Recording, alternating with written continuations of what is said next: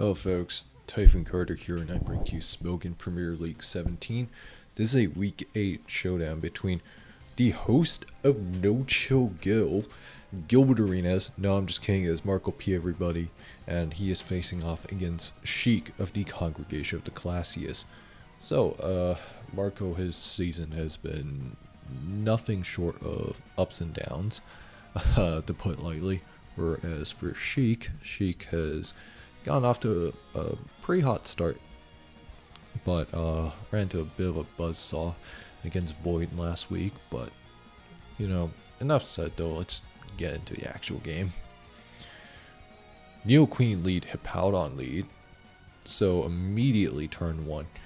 Neo Queen is able to get T-Spikes up more or less for free, whereas for Hippowdon, for Sheik, this is a question of, do you have a spinner? If not, then that hippo is going to be perma poisoned or toxic, and not going to enjoy that either way. And the question is whether or not the rest of Sheik's team is immune to T-Spikes. And if it's like, you know, like Hippo Star, then T-Spikes can be really annoying, especially if Marco, say, has a Rotom in the back. Scour's gonna come in here, not go risk the EQ crit. Brings a Heatran in as spikes go up, so this Heatran's gonna be annoying. What's his counterplay? His counterplay is T-Tar, and T-Tar's going to come in. And it is a lefties T-Tar. Lefties Spadef T-Tar has been a super popular pick this SPL, because one, like, you can just flat out wall stuff like Heatran, and then like your lefty, like the power of leftovers is like immense, to put it lightly. And then that way you can, for example, now Marco can get Stealth Rocks up for free, and you know, spikes plus rocks, like that damage is going to be really noticeable, especially because Sheik's team looks like it's very ground vulnerable. Hippo is going to come in here right as rocks go up. Obviously it's good for an EQ. Question is whether you whirlwind or not. Really good roar there, because he knew that the Skarm was going to come in anyways, but the Neo Queen probably not what he wanted to see. Toxic Spike's going to go up. It's going to do a lot, but the Neo Queen will survive. Marco is more than comfortable making that trade. If I'm Sheik, I'm probably roaring here, probably just to scout out the mag or get toxic. Gonna scout the T-Bolt slash Flamethrower, so that works out for Sheik. When Skarms will come in here, it's going to comfortably sit on this Hippo, and that is a Shed Skarm. So we've seen a lot of Shed Skarm this past SPL, because of the high prominence of mag usage, and this is very much a PC slash Marco self-awareness angle, where they know that they run Skarm a lot, so they're vulnerable to being trapped. Latias gotta get toxic, so nice toxic there. CM's up, so Marco is just seeing, he's just calm minding up here because he knows that he's not gonna get much mileage otherwise. And oh, huge freeze there, and that looks like that did a lot.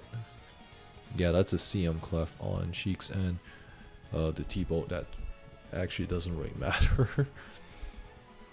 And Marco has his own Clefable, so I think the last here is most certainly a mag. And now we're going to see, okay, there is not much for me to say here, as both players are going for a Combine War, and both are going for broke, so they've decided on starting from turn 17 that they're just gonna have the game come down to this, and there's not much else for me to say. And really, what is, I guess the fun exercise here would be guess the last, and I think for Sheik, I would say the last here probably a Rotom is plausible. Yeah, that was, probably didn't expect to get the hacks that early. Question is whether or not Sheik will actually be able to fall.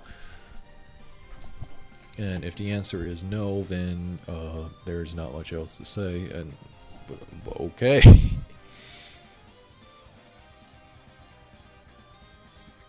And misses the Magma Storm, because why not?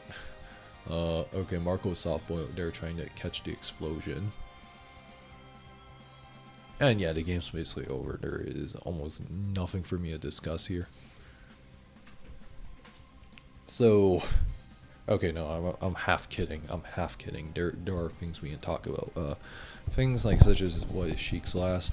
Evidently, he does not have a Jirachi because if he lost to CM War, then he would have gone Jirachi and tried to go for broke.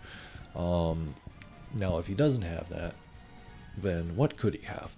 Rotom is plausible because, you know, you're running Heatran, you want to keep the hazards up, right? So, like, if you're going for a very aggressive spike stack with, like, the Hippo plus Scarm, then, you know, Rest Talk Rotom or Subsplit Rotom both make sense for different reasons. Obviously, something like a Mag would be fantastic here. Could also be like a Scizor. Well, actually, no, not Scizor. What was I thinking? Yeah, probably Mag, because, like, again, like on these CM Clef teams, maybe it's like double CM. You see a lot of. Actually, nah. No, you gotta have I mean, a Scizor plus Mag as last. Well, actually, no, it'd be OD, like going for quad steel. Anyways, I'm not gonna rant too much, but Marco's last either like a Scarf Mag or it is something like a Rotom, like some kind of electric for different purposes. And yeah. I think the reality was that the CM War was going to eventually happen one way or another based on the way this game is playing out. You got Shed Scarms on both ends, which is interesting to think about, but again, I've talked about this in other videos, and you really see the consequences of running Shed, where stuff like Stealth Rocks can really passively wear you down even faster. If you get some pivots wrong, you know, just things like that. But that being said, though, if you guys enjoyed this video, like, comment, subscribe, and I will see you guys next time.